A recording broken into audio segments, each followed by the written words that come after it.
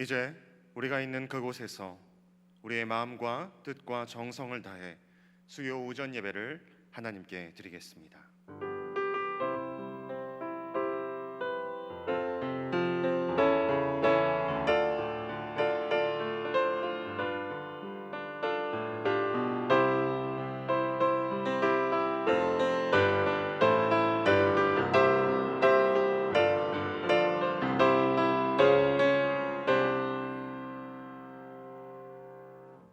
우리의 피난처 되시는 하나님 아버지, 죄의 종으로 죽을 수밖에 없었던 저희들을 십자가의 보혈로 구원하여 주시고 하나님의 자녀가 되게 살게 하신 은혜에 감사를 드립니다.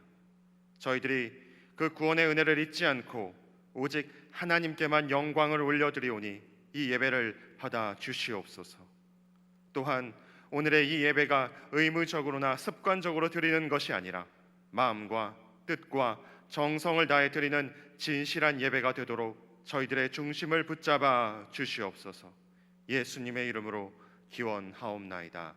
아멘. 다 함께 찬송가 218장, 통일 찬송가 369장을 찬양하시겠습니다.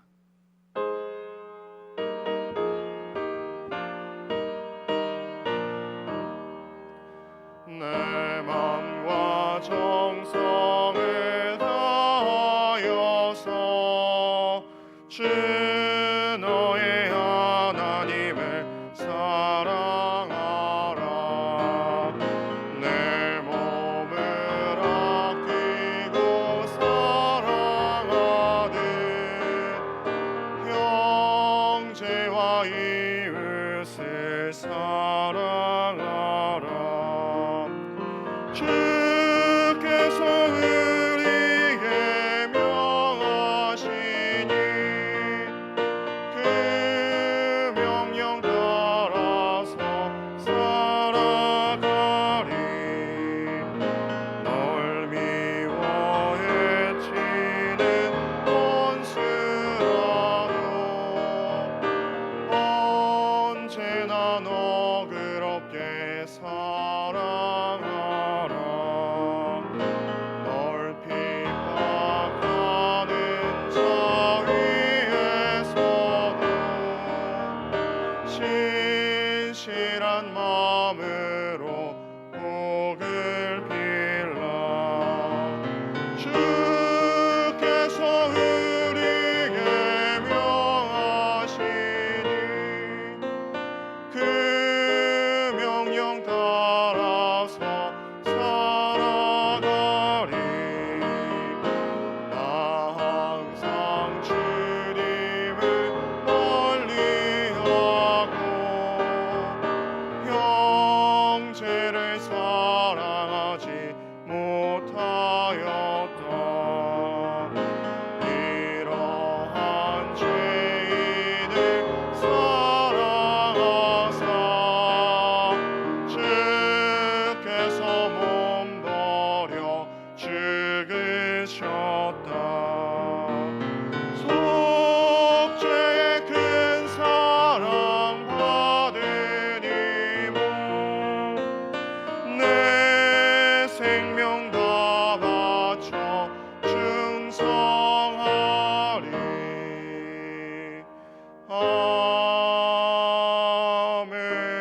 아멘. 다 함께 기도하시겠습니다. 살아계신 하나님 감사드립니다. 많은 어려움이 우리 주변에 있음에도 불구하고 저희가 각자의 자리에서 주님을 기억하며 찬송하며 기도하고 예배 드릴 수 있는 마음을 허락하여 주심에 감사를 드립니다. 그럼에도 무엇보다도 지금 이 나라와 이 민족을 긍휼히 여겨 주시옵소서. 코로나19 바이러스로 인하여서 수많은 사람들이 아직도 육체적인 질병으로 고통받고 있으며 여러 가지 불안과 걱정에 휩싸여 있습니다. 모든 고난 가운데 주님의 뜻이 이 자리 가운데, 이 나라 가운데 임하게 하여 주시옵소서. 특별히 더 기도하기 원하는 것은 이 질병으로 인하여서 가장 연약한 이들이 가장 많은 피해를 입고 있을 것입니다. 주님, 그들의 자리에 찾아가 주셔서 위로하여 주시옵시고 역사하여 주시옵소서. 우리 한국교회와 주한교회를 위해서 기도합니다. 이 어려운 위기의 때에 주님 우리 교회를 사용하여 주셔서 예수님의 사랑과 은혜를 전하는 자들로 세워주게 하여 주시옵소서.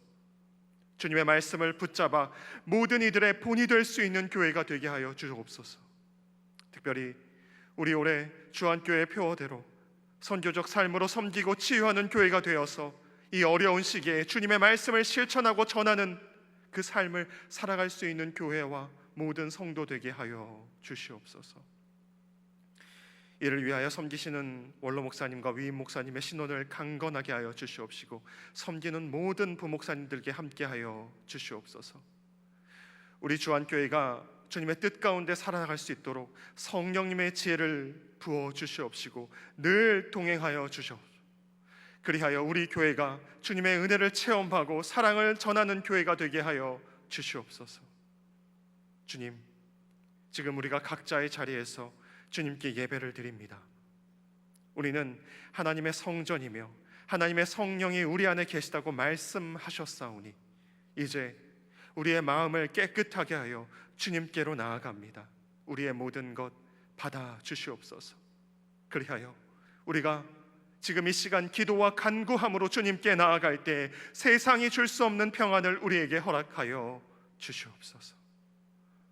이제 말씀을 전하시는 김지한 목사님께 함께하여 주시옵시고 성령님 그 입술과 생각을 주장하여 주셔서 말씀을 듣는 우리와 우리의 마음을 열어주셔서 주님의 마음을 들을 때에 주님 역사하여 주시고 성령님 함께하여 주시옵소서. 이 모든 말씀 예수님의 이름으로 기도드리옵나이다. 아멘.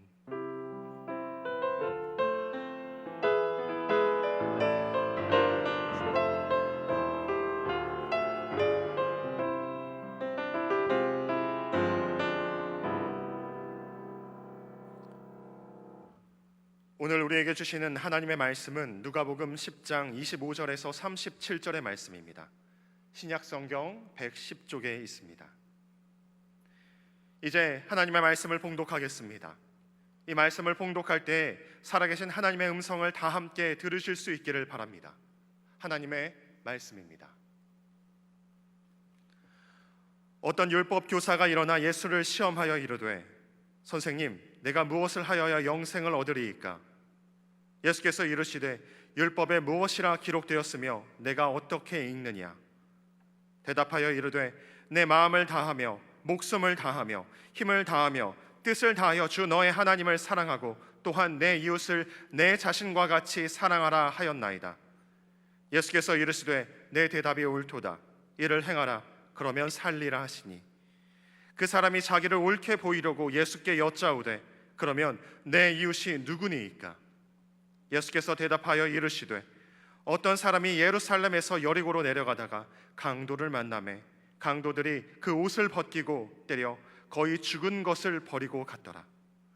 마침 한 제사장이 그 길로 내려가다가 그를 보고 피하여 지나가고 또 이와 같이 한 레위인도 그곳에 이르러 그를 보고 피하여 지나가되 어떤 사마리아 사람은 여행하는 중 거기에 이르러 그를 보고 불쌍히 여겨 가까이 가서 기름과 포도주를 그 상처에 붓고 싸매고 자기 짐승에 태워 주막으로 데리고 가서 돌보아 주니라.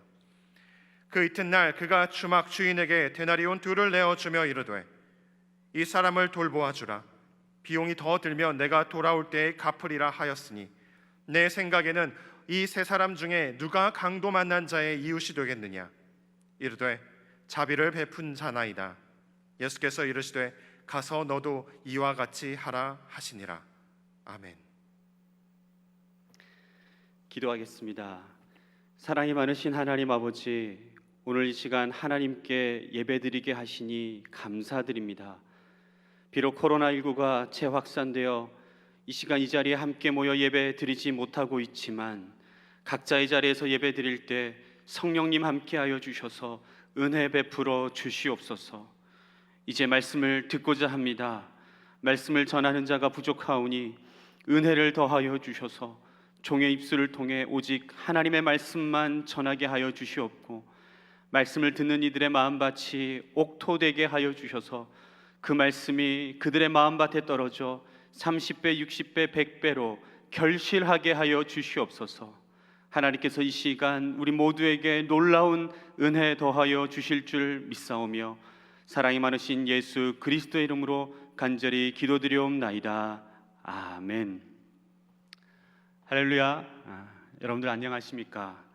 오늘 비록 우리가 코로나19로 인하여서 함께 예배를 드리지 못하고 있지만 여러분들이 예배를 드리고 계시는 각자의 자리에서 우리 주님의 평강이 가득 넘치게 되시길 주님의 이름으로 축복합니다.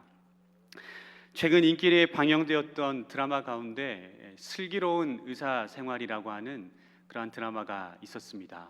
여러분들도 보셨습니까? 보신 분들 꽤 되실 것 같은데요. 저는 평소 드라마를 많이 보지는 않지만 제가 지금껏 본 드라마 가운데 참 괜찮게 본 드라마 가운데 하나인 것 같습니다. 드라마가 워낙 인기가 많아서 그런지 드라마 제목 자체가 유행어가 되었습니다. 그래서 슬기로운 뭐뭐 생활 이런 것들이 유행어가 되었는데요. 저도 오늘 설교 제목을 그래서 슬기로운 선교 생활이라 한번 지어 보았습니다.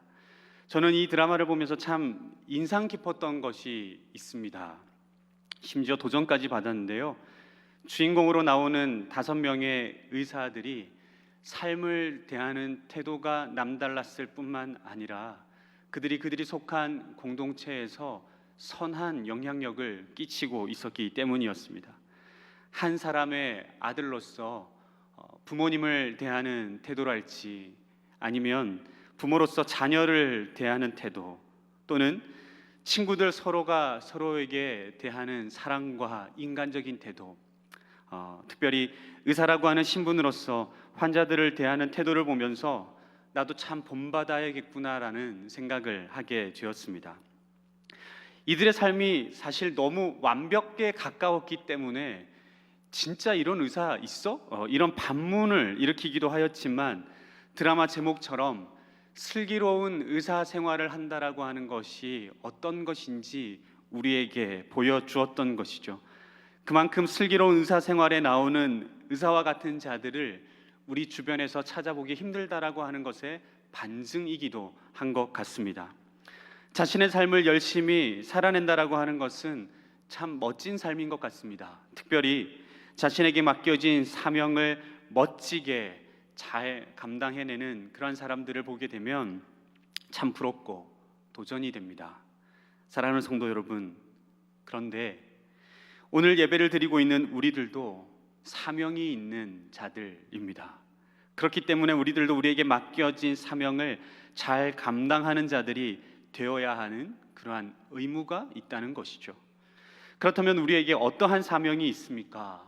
우리 모두에게는 이 세상 그 누군가가 아니라 우리 하나님 아버지께서 우리에게 주신 사명이 있습니다.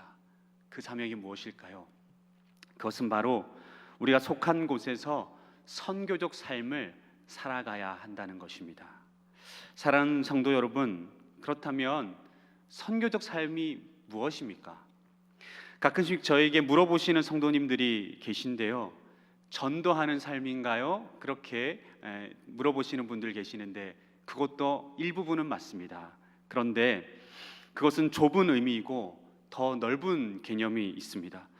여러분, 우리가 선교적 삶을 이해하기 위해 먼저 알아야 할 것이 있는데 그것은 바로 선교적 교회라고 하는 개념입니다. 선교적 교회를 쉽고 간단하게 설명드리면 선교적 교회는 이런 교회입니다. 모이는 교회와 흩어지는 교회, 이 두 가지 개념을 잘 실천하고 있는 교회가 선교적 교회입니다.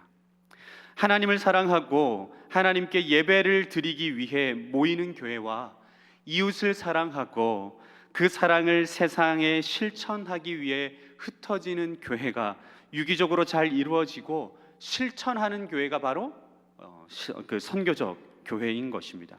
따라서 선교적 삶이란 선교적 교회의 사명을 성도들 개개인이 그들의 삶 가운데 이루어내는 삶을 뜻하는 것입니다. 쉽게 설명드리면 이렇습니다. 예수님께서 우리에게 가르쳐 주신 세 계명을 실천하는 삶입니다. 그것이 무엇입니까?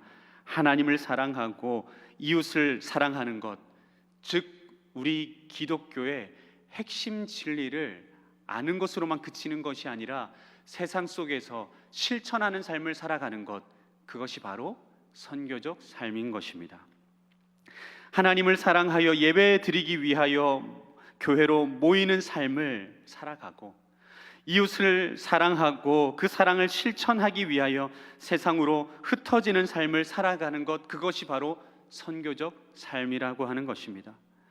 이것을 이론적으로 정리한 것이 선교적 교회이고 선교적 삶이지만 우리는 사실 이 사실을 이미 잘 알고 있었습니다. 그런데 중요한 것은 아는 것으로만 그쳐서는 안 된다는 것이죠. 따라서 우리가 어떻게 하면 아는 것으로만 그치지 않고 오늘 설교 제목처럼 슬기롭게 선교적 삶을 살아갈 수 있을까요? 어떻게 하면 슬기롭게 선교적 삶을 잘 살아낼 수 있을까요? 저는 이 부분에 대해서 여러분들과 함께 생각해 보길 원합니다. 오늘 본문 말씀에도 선교적 삶에 관하여 관심을 가진 한 사람이 등장하고 있습니다. 오늘 본문 말씀 25절에 보니까 율법 교사라고 지칭하고 있는데요, 이 사람은 율법에 관하여 정통한 사람이었습니다. 이 율법 교사가 예수님께 이렇게 질문합니다. 하나님을 사랑하고 내 이웃을 내 자신과 같이, 내 몸과 같이 사랑해야 하는데 그러면 내 이웃은 누구입니까? 라고 예수님께 질문하고 있는 것입니다. 이 질문을 다르게 표현하면 제가 조금 전 여러분들에게 설명드린 것과 같이 표현할 수 있을 것 같습니다.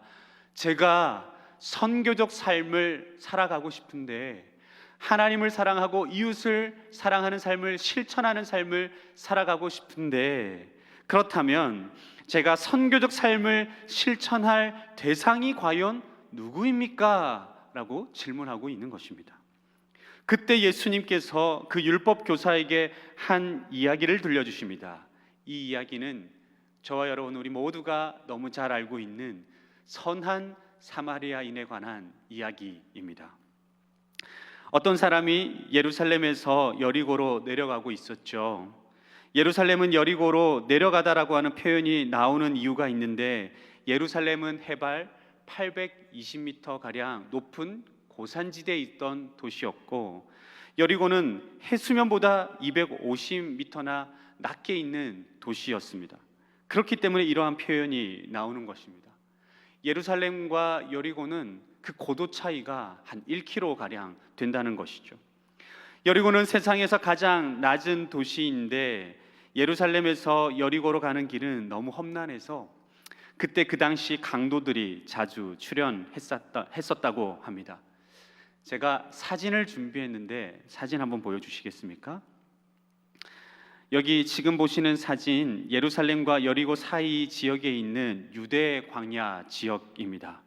그 사이에 와디켈트라고 하는 계곡이 있는데, 지금 여러분들이 보고 계시는 그 사진 가운데 부분에 계곡이 있는데 그곳이 바로 와디켈트라고 하는 곳입니다. 다음 사진 보여주시죠. 예수님은 이런 길을 그 사이에 이런 길을 따라 내려갔던 것입니다. 너무 험난해 보이지 않습니까? 다음 사진 보여주시죠. 이러한 길 따라 내려갔습니다. 굉장히 삭막한 길인데 이 사람뿐만 아니라 예수님도 이 길을 따라서 예루살렘으로 입성하셨던 것입니다. 그때 이 사람은 여리고를 향하여 내려가다가 강도를 만났습니다. 그 강도들은 그의 옷을 벗기고 때려서 그가 거의 죽게 된 것을 보고 그냥 버리고 떠나버렸습니다. 그때 마침 한 사람이 내려갔었죠. 제사장이었습니다. 그는 강도 만난 자를 보고 그냥 피하여 갔습니다. 이유가 있었습니다. 율법에 의하면 제사장은 죽은 시체를 가까이 해서는 안 되었기 때문입니다. 그 이유가 시체를 가까이 하면 또한 부정케 된다고 생각되었기 때문입니다. 특별히 여호와께 제사를 지내기 전에는 더욱더 정결해야만 했습니다. 제사장 말고 바리새인들과 같은 경우에는요, 어떤 사람의 그림자가 시체에 닿기만 해도 그는 부정케 되어졌다고 생각했다고 합니다. 그런데 여기에서 우리가 주목해야 할 점 한 가지가 있습니다. 그것은 오늘 본문 31절에서 제사장이 그 길로 내려가다가라고 기록되어져 있습니다. 즉 제사장은 성전 임무를 수행하기 위하여서 예루살렘을 향하여 올라가다가 이 일이 발생된 것이 아니라 그 모든 일들을 다 마치고 여리고로 내려가는 길이었다는 것입니다. 그 당시 여리고는 제사장들이 성전 임무를 수행하지 않을 때 사는 시골이었다고 합니다. 그래서 사람들은 여리고를 갈 때에 그냥 여리고로 간다라고 쓰지 않고 내려간다라고 하는 표현을 사용했다고 합니다. 아무튼 제사장은 제사를 드리기 위하여 예루살렘을 향하여 올라가던 길이 아니라 제사를 마치고 본인의 의무를 다 마치고 여리고를 향하여 가는 길이었다는 것입니다. 따라서 그는 정결해야 하기는 하였지만 특별히 정결할 필요는 없었던 상황이었던 것이죠. 더욱이 그 행위는 아직 죽지 않은 상황이었습니다. 그럼에도 불구하고 제사장은 그를 돕지 아니하고 그를 피하여 지나가 버렸습니다. 그 다음은 레위인이 지나갔습니다. 레위인도 마찬가지로 강도 만난 자를 보고 피하여 갔습니다. 왜냐하면 그도 부정하게 되고 싶은 마음이 없었기 때문입니다. 물론 레위인도 부정케 되어서는 안 되었겠지만 그러나 제사장들에 대한 규칙처럼 엄격하지는 않았다고 합니다. 그러던 중 한 사마리아인이 그곳을 지나갔습니다. 그는 그를 불쌍히 여기고 피하여 가지 않고 가까이에 가서 기름과 포도주를 그 상처에 붓고 싸매어 주었습니다. 기름과 포도주는 그 당시 상처를 치료하는 응급처치 도구로서 여행하는 사람들이 휴대해야 할 필수품이었습니다.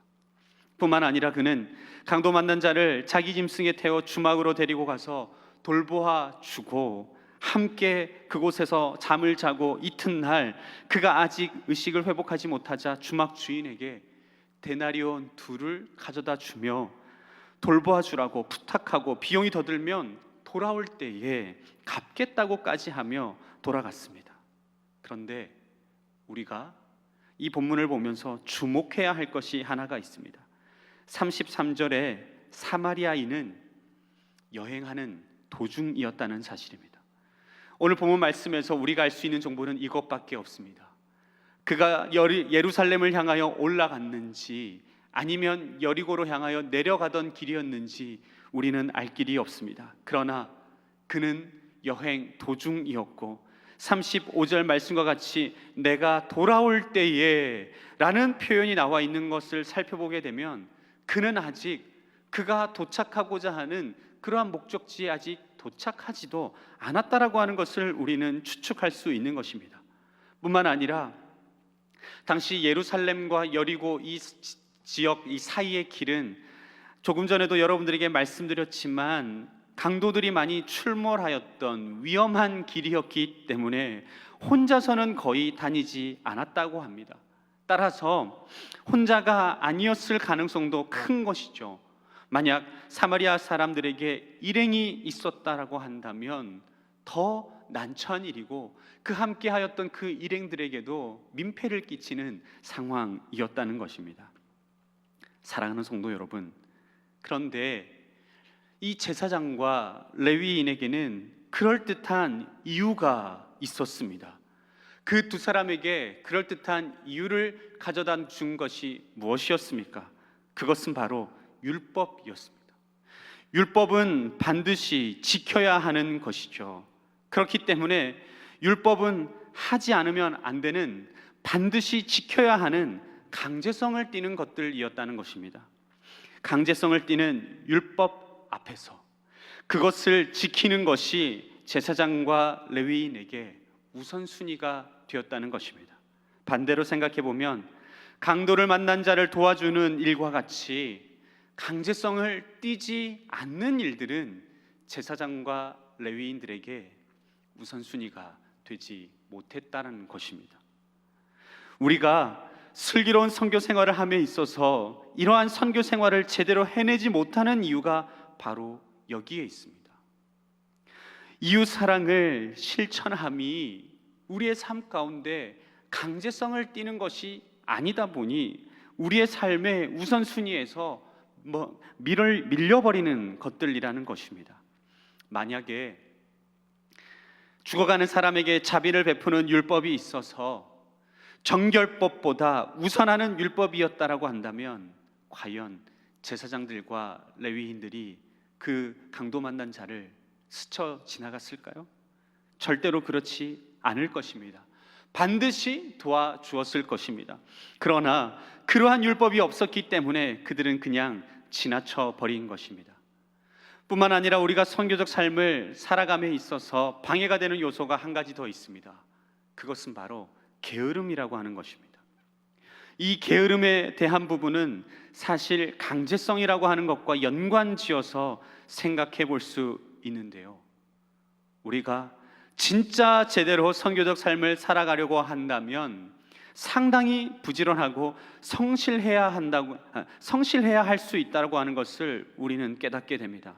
왜 그렇습니까? 게을러서는 절대로 그 일들을 해낼 수 없기 때문에 그렇습니다. 선교적 삶을 산다라고 하는 것은 강제성을 띠지 않는 일임에도 불구하고 힘들고 어려운 이들에게 나아가 기꺼이 도와주고 기꺼이 사랑을 전해야 하는 일들입니다. 그렇기 때문에 어찌 보면 인간적으로는 귀찮은 일이 될 수도 있습니다. 그렇기 때문에 삶을 대하는 태도와 그 자세가 게을러서는 절대로 감당해낼 수 없는 일인 것입니다. 우리 주변에 선교적 삶을 기준으로 봤을 때, 다른 기준이 아니라 선교적 삶을 기준으로 봤을 때 게으른 자임에도 불구하고 본인 스스로는 굉장히 성실하고 부지런하다고 착각하며 살아가는 사람들이 참 많이 있습니다. 원래부터 게으른 사람들은 거론할 필요도 없고요. 우리 주변에 보면 자신이 좋아하는 일, 강제적인 일, 반드시 해야 하는 일들에 대해서는 열정을 가지고 굉장히 성실하게 임하는데, 선교적 삶에는 남을 돕고 이웃에게 사랑을 실천하는 일에는 상당히 게으른 사람들이 많이 있다는 것입니다. 그런데 조금 전에도 말씀드렸지만 이러한 사람들은 자기 자신이 굉장히 부지런하고 자기 자신이 굉장히 괜찮은 사람이라 착각하며 살아갈 때가 참 많다는 것입니다. 제가 30대 남성 직장인을 한번 예로 들어보겠습니다. 조금은 극단적인 예니까 참고하고 들어보시면 좋을 것 같습니다. 이 사람은 대기업에 다닙니다. 아침 일찍 일어나 성실하게 통근버스를 타고 출근하며 단 한 번도 결근이나 지각 없이 회사에서 성실하게 일하는 직원으로 손꼽히는 자입니다. 인사고과 점수도 잘 받았습니다. 직장 상사들과 잘 지내고 있고요. 특별히 직장 동료들에게도 사랑받고 칭찬받는 직장인입니다. 장래가 아주 촉망받는 사람입니다. 그런데 퇴근하고 집에 오면 손 하나 까딱하지 않습니다. 어린 자녀가 있는데 그 자녀랑 전혀 놀아주지도 않습니다. 일이 없는 주말에 가족들과 함께 있을 때에는 잠만 잡니다. 마트나 가족들과 함께 어디에 나가기만 하면 하품만 합니다. 그리고 그곳에 도착한 지 얼마 되지도 않았는데 집에 언제 돌아가냐고, 어린 자녀와 함께 키즈 카페 갔는데 빨리 집에 가자고 아내에게 계속 재촉하는 사람입니다. 가족들과 함께 좋은 시간을 보내야 한다라고 하는 것 너무나 잘 알고는 있지만 이 사람에게는 그러한 삶을 살아가지 못한 그럴듯한 이유 한 가지가 있습니다. 왜 그렇습니까? 회사 일이 너무 고되고 힘들기 때문입니다. 반드시 해내야만 하는 강제성을 띤 회사 일에는 그 누구보다도 성실한 사람이었는지 모르겠습니다. 그러나 그의 사랑과 돌봄이 필요한 아내와 자녀에게는 게으른 사람입니다. 이번에는 제가 조금 더 극단적인 예를 한번 들어보도록 하겠습니다. 60대 권사님입니다. 이분에게 있어서 가장 행복한 일, 가장 즐거운 일은 교회에서 교회 일을 하는 것입니다. 교회에서 예배드리며 봉사하는 일은 이 세상 그 무엇과도 바꿀 수 없는 그 권사님에게 있어서 가장 행복한 일입니다. 새벽부터 일어나서 새벽 기도에 나와 기도하며 하루를 시작하고 교회에서 드리는 모든 예배를 다 참석하고 교회에서 다양한 곳에서 봉사하고 있습니다. 구역장으로, 교구 임원으로, 교회학부 선생님으로 교회에서 정말 각각의 다양한 곳에서 봉사하고 이와 같이 봉사하며 나아가는 것이 이 권사님에게는 너무나 크나큰 즐거움입니다. 그렇기 때문에 그 권사님 교회에서 인정받을 뿐만 아니라 이 권사님 없으면 교회 일이 돌아가지 않는다고 할 정도로 교회의 여러 교우들로부터 칭찬이 자자한 분인 것입니다. 그런데 정작 가족들은 아무도 교회에 다니지 않고 있습니다. 남편도 자녀들도 원래는 신앙생활을 잘 했었는데 지금은 다니지 않고 있다고 합니다. 왜 그런가 물어보니 아내 때문이랍니다. 엄마 때문이랍니다. 아내를 교회에 빼앗겠다고 합니다. 아내 때문에, 엄마 때문에 하나님을 믿지 않겠다는 것입니다. 그 권사님에게는 교회에서 봉사하는 일이 그 무엇보다 우선순위를 가지고 있었기 때문이었지만 아내에게 남편이 필요할 때, 자녀들에게 엄마가 필요할 때 그 권사님은 늘 교회에서 봉사하고 있었던 것이죠. 이 권사님은 자기가 좋아하는 일, 행복한 일, 교회에서 봉사하는 일, 그 누구보다 성실하고 부지런한 사람이었는지는 모르겠습니다. 그러나 정작 본인의 사랑과 돌봄이 필요한 남편과 자녀에게는 게으른 사람이었습니다. 그런데 사랑하는 성도 여러분, 이 두 사람에게 문제가 있습니다. 앞서서 말씀드렸지만 이 두 분은 자신이 그 누구보다 부지런하다고 생각하고 자기 자신 정도면 괜찮은 사람이라고 착각하며 살아가고 있다는 것입니다.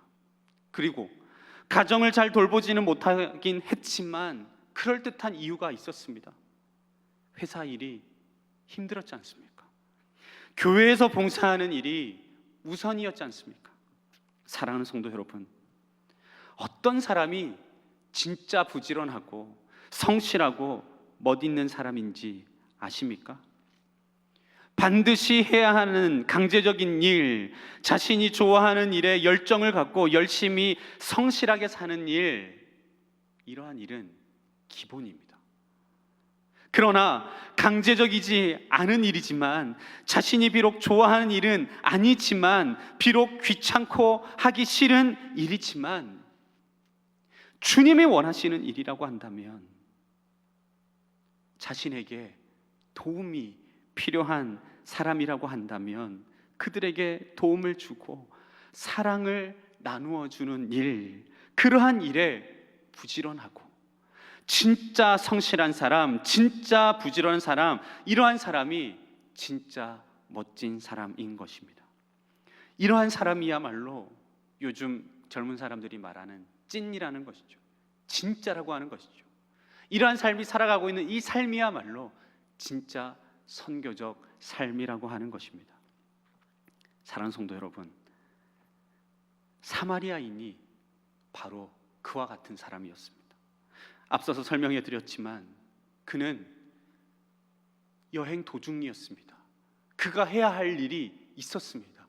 그 일이 얼마나 큰 비중을 갖고 있는 일인지는 우리는 말씀을 통하여 그 정보를 알 수는 없지만, 그럼에도 불구하고 그는 강도 만나 거의 죽게 된 사람을 보고 불쌍히 여기며 피하여 가지 않았습니다. 기꺼이 다가가 사랑을 나누어 주었습니다. 본인이 위급한 상황을 당하게 되면 사용하려고 하였던, 그렇게 준비하였던 있었던 그 기름과 포도주를 다 사용해 버렸습니다. 그것이 끝이 아니었죠. 자기 짐승에 태워서 주막으로 데리고 가서 돌보아 주었을 뿐만 아니라 그 밤 함께 지샜습니다. 그리고 그 다음 날 아침 그가 회복하지 못하자 그 주인에게 데나리온 둘, 그가 가진 여행비를 나누어 주면서 부탁까지 하고 비용이 더 들면 돌아올 때 갚겠다고까지 하였습니다. 정말 대단한 사람입니다. 저 같아도 이렇게까지는 못할 것 같습니다. 이런 사람이야말로 진짜 성실하고 부지런하고 멋진 사람 아닐까요? 그런데 그와는 반대로 제사장은 어떤 사람이었습니까? 설교 초반에도 언급하였었지만 그는 제사장 임무를 수행하러 올라가는 길이 아니라 마치고 내려오는 길이었습니다. 그는 제사장으로서 율법을 지키는 일 외에도 제사장으로서의 그 본연의 임무인 하나님께 제사를 드리는 일, 즉 하지 않으면 안 되는 일, 강제성을 띈 일, 그 일에는 아마도 성실한 사람이었는지는 모르겠습니다. 그런데 자신의 도움이 간절히 필요했던 강도 만난 자에게 있어서만큼은 게으른 사람이었습니다. 왜 그렇습니까? 그를 돕는다는 것은 율법을 어기는 것 같았던 일이기도 하였지만 사실 성전에서 모든 일을 다 마치고 쉬기 위해 내려가는 길이었기 때문에 어찌 보면 귀찮은 일이기도 했고 잘못 엮이면 본인도 공경을 당할지도 모르는 염려가 있었기 때문에 그가 하지 않았을까요? 그에게 그럴듯한 이유가 그를 얼검해 버린 것이었습니다. 사랑하는 주 안의 성도 여러분, 여러분들 보시기에 지금 말씀을 전하고 있는 저는 선교적 삶에 있어서 성실한 사람처럼 보이십니까? 아니면 게으른 사람처럼 보이십니까?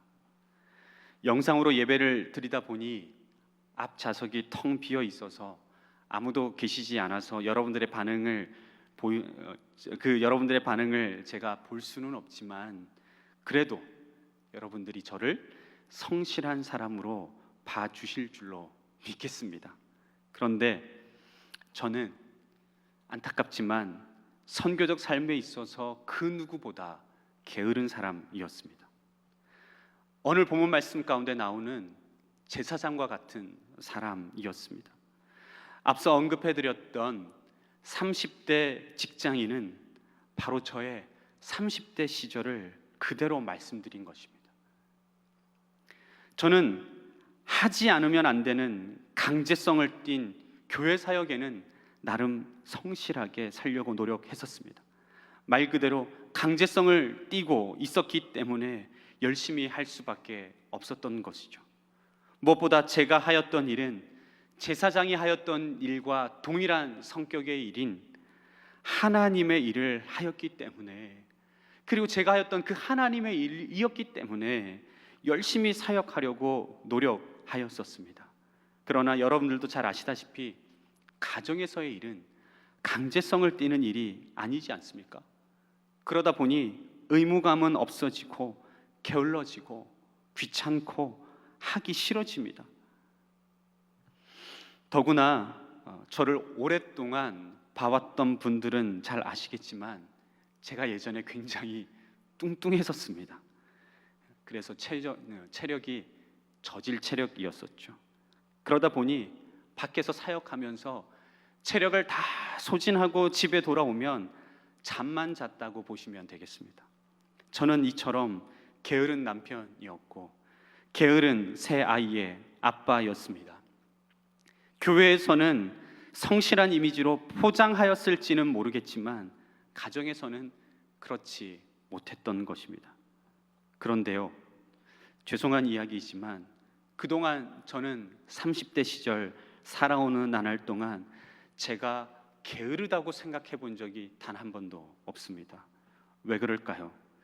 집 밖에서는 그 누구보다 열심히 노력하며 살고 있었고, 또한 그 부분에서만큼은 성실하게 살려고 자부하는 마음이, 그러한 교만이 제 마음 가운데 있었기 때문이었습니다. 그런데 지금은 어떨까요? 제가 변화받게 된 그 이야기를 하자면 너무 많기 때문에 다 생략하고, 사실 제가 가정에서 선교적 삶으로 이러한 부분만큼은 게으르다고 하는 것을 깨달은 지가 사실 몇 년 되지가 않았습니다. 그래서 최근 몇 년간 살도 빼고 체력도 기르려고 노력하고, 아이들과 함께 보내는 시간만큼은 열정을 가지고 하려고 노력하고, 교회에서 사역하는 것과 같은 그러한 마음으로 가정에서 주의 일을 하는 마음으로 열심히 노력하려고 지금 현재도 노력 중입니다. 잘 되지 않습니다. 그래서 노력하고 있습니다. 그런데 그렇게 노력하던 가운데 최근 놀라운 일이 생겼습니다. 한 달 전쯤 일인데요, 저희 둘째 딸이 저희 아내에게 진지하게 이런 말을 하는 것입니다. 엄마는 참 좋겠어요. 아빠 같은 사람이랑 결혼해서요. 제가 살다 보니 이런 말도 들어봅니다. 그랬더니 저희 아내가 이렇게 이야기하는 겁니다. 그러게, 넌 어떡하니? 이 세상에 아빠 같은 사람 별로 없는데. 그 이후로 저희 딸은 열심히 기도 중에 있습니다. 아빠 같은 사람 만나 결혼하게 해달라고요. 거짓말 아닙니다. 진짜 물어보십시오. 그동안 가정에서 게으른 모습으로 살았을 때는 단 한 번도 들어보지 못했던 이야기를 결혼 생활 13년 만에 처음으로 들어보게 되었습니다. 하지만 갈 길이 멉니다. 9살인 딸의 이상형이 변경되지 않도록 저는 계속해서 노력하며 살아가야 하는 그러한 힘든 일들이 앞으로도 남아있기 때문입니다. 사랑하는 주 안의 성도 여러분, 주님은 우리가 주님이 원하시는 선교적 삶에 좀 더 성실한 자세로 임하는 자가 되기를 원하고 계십니다. 우선순위를 두는 자가 되기를 원하고 계시다라는 사실입니다. 어떻게 알 수 있습니까? 오늘 본문 29절에서 율법교사는 자신이 사랑을 실천할 이웃이 누구인지 예수님께 질문하였지만, 예수님은 오늘 본문 말씀 36절에서 누가 강도 만난 자의 이웃이 되겠느냐 반문하시면서 우리 자신이 먼저 도움이 필요한 누군가에게 진정한 이웃이 되는 삶을 살아가기 원하고 계시다라는 사실인 것입니다. 그렇다면 우리는 왜 이렇게 꼭 이러한 삶을 살아야겠습니까? 예수님께서 원하시는 삶이니 당연히 살아야 하는 것이겠지만, 오늘 본문에서 찾을 수 있는 진짜 이유가 있습니다. 오늘 본문 말씀 25절 보시면 어떤 율법교사가 일어나 예수를 시험하여 이르되, 선생님, 내가 무엇을 하여야 영생을 얻으리이까? 라고 영생을 얻는 방법에 대한 질문에 대한 해답이 바로 사마리아인 이야기였다는 것입니다. 즉, 영생을 얻기 위하여 하나님을 사랑하고 내 이웃을 내 자신과 같이 사랑해야 하는데, 즉 선교적 삶을 우리가 살아가야 하는데, 그와 같이 자비를 베푼 자가, 그와 같이 선교적 삶을 살아간 자가 사마리아인이라는 사실입니다. 그리고 주님께서는 37절 말씀에서 너도 이와 같이 하라 말씀하셨기 때문에 영생을 얻기 위하여서는 사마리아인과 같이 선교적 삶을 살아가야만 한다라는 사실인 것입니다. 저희 십사교구에 한 구역장 권사님이 계십니다. 이 권사님이 맡으신 구역은 구역 성도들 대부분 연로하신 분들로 이루어져 있습니다. 그러다 보니 거동이 불편하신 분들도 계시고 교통편도 불편하셔서 구역장 권사님이 매주마다 그의 차로, 자가용으로 그 권사님들, 그 구역 식구들을 예배를 모시고 다녔다고 합니다. 그러던 중 올 연초에 코로나19가 터지게 된 것입니다. 모이는 예배가 없어져서 한동안 온라인 영상으로 예배를 드리게 되었는데, 연로하신 구역 성도님들이 휴대폰도 잘 조작하지 못하고 영상으로 예배를 드리기가 너무 힘드신 것입니다. 그래서 구역장 권사님은 영상으로 예배를 드리기 힘들어하시는 그 구역 성도님들을 본인의 집으로 다 모시고 와서 영상으로 예배를 드릴 수 있도록 해드렸다는 것입니다. 저는 그 말씀을 듣고 제 마음에 크게 감동이 찾아왔습니다. 저는 이러한 삶이 바로 선한 사마리아인의 삶이라 생각합니다. 저는 이러한 삶이야말로 하나님께서, 주님께서 우리에게 바라고 원하시는 선교적 삶이라고 생각합니다. 요즘 코로나19로 인하여서 사람들을 잘 만나지 못하니까 우울함과 외로움을 토로하고 계신 성도님들이 너무 많이 계십니다. 특별히 몸이 약하신 분들 가운데 그러한 분들이 너무 많이 계시더라고요. 그렇기 때문에 이러한 분들에게 하나님의 사랑을 전하고 위로를 전할 수 있는 그러한 선한 사마리아와 같은 분이 참 많이 필요합니다. 사실 우리 주변에 우리의 도움이 필요한 사람들 가운데 오늘 본문 말씀에 나오는 자와 같이 강도 만난 자와 같은 사람이 과연 몇 명이나 되겠습니까? 그런 사람들은 사실 별로 없습니다. 큰 일 찾지 마시고 작은 일부터 함께 실천하실 수 있기를 바랍니다. 멀리 보지 마시고요, 가까운 곳부터 보시기 바랍니다. 먼저는 여러분들이 속한 가정 돌아보시고, 그리고 가까운 이웃 돌아보시기 바랍니다. 주변의 이웃 바라보시면서 큰 것 하지 않아도 전화 한 통이라도 그분들에게 드리고 위로하고 삶을 나누셨으면 좋겠습니다. 이처럼 여러분들이 슬기롭게 선교 생활을 잘 감당하신다면 우리의 이러한 행함이 선한 사마리아인의 이야기와 같이 하나님의 생명책에 기록되어 영원토록 기억될 줄로 믿습니다. 말씀을 마무리하겠습니다. 게으르지 아니하고 성실하게 슬기롭게 선교적 삶을 잘 감당하여서 하나님께 영광 돌리는 삶을 살아가시는 여러분들이 다 되실 수 있기를 주님의 이름으로 축복합니다. 기도하겠습니다. 사랑이 많으신 하나님 아버지, 우리가 그동안 주님께서 원하시는 선교적 삶에는 별 관심이 없고 우리가 좋아하는 일, 세상적으로 꼭 해야 하는 일에만 몰두하며 살아왔음을 고백하며 이 시간 회개합니다. 주님, 용서하여 주시옵소서. 이제는 주님이 원하시는 일들에 게으르지 않게 하시고 성실하게 슬기롭게 잘 감당하기 원합니다. 성령의 기름 부으심과 지혜를 부으시사 잘 감당케 하여 주시옵소서. 하나님의 부르심 앞에 핑계와 이유되지 않게 하시고 순종한 삶을 살아가게 하여 주시고, 코로나19로 인하여서 고통당하고 있는 자들에게 나아가 주님의 위로와 평강을 전하는 도구로 쓰임받게 하여 주시옵소서. 우리의 선교적 삶을 통하여 주님 홀로 영광 받아 주실 줄 믿사오며 예수 그리스도 이름으로 간절히 기도하옵나이다. 아멘. 이제 다 함께 찬송가 323장, 통일 찬송가 355장을 찬양하시겠습니다.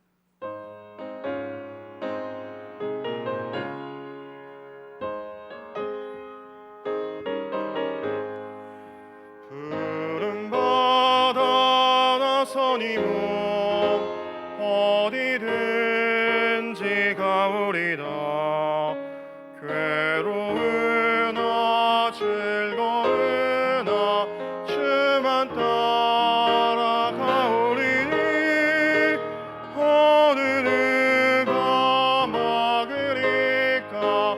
죽음인들 막으리까. 어느 누가 막으리까. 죽음인들 막으리까. 아골골 잡힌들에도 복음 들고 가오리다. 소돔 같은 거리에도 사랑 안고 찾아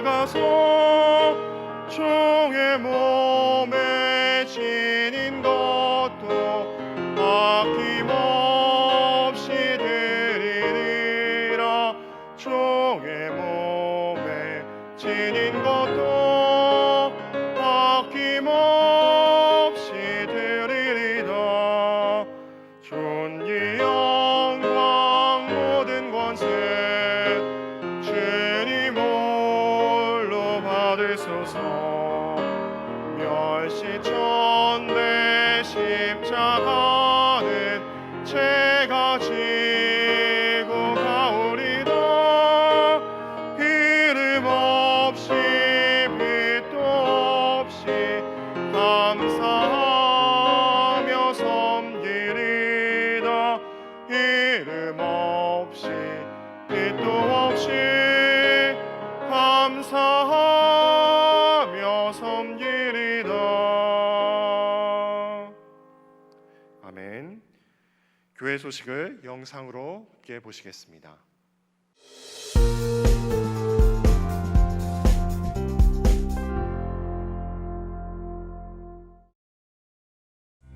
작년 교육국 주한바이블 칼리지에서 90일 성경 일독학교와 교리 이야기 수강생을 모집합니다. 각 반 현장 강의와 온라인 영상 강의 수강생들을 함께 모집합니다. 코로나19로 인하여 어려움을 겪고 있는 필리핀 앙헬레스 코피노 센터 99명의 코피노 자녀들에게 한 달 생활비 600만 원을 지원하였습니다. 성도들의 많은 관심과 기도 부탁드립니다. 지금까지 교회 소식이었습니다. 이외의 교회 소식은 주보를 참조하시기 바랍니다. 이제 다 함께 찬송가 2장을 찬양하신 후에 김지환 목사님께서 축도하시겠습니다.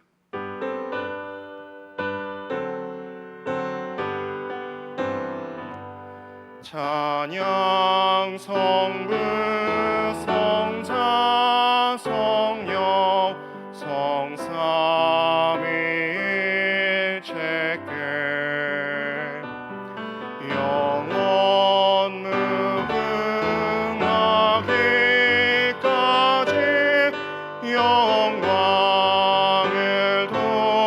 돌리세. 영광을 돌리세.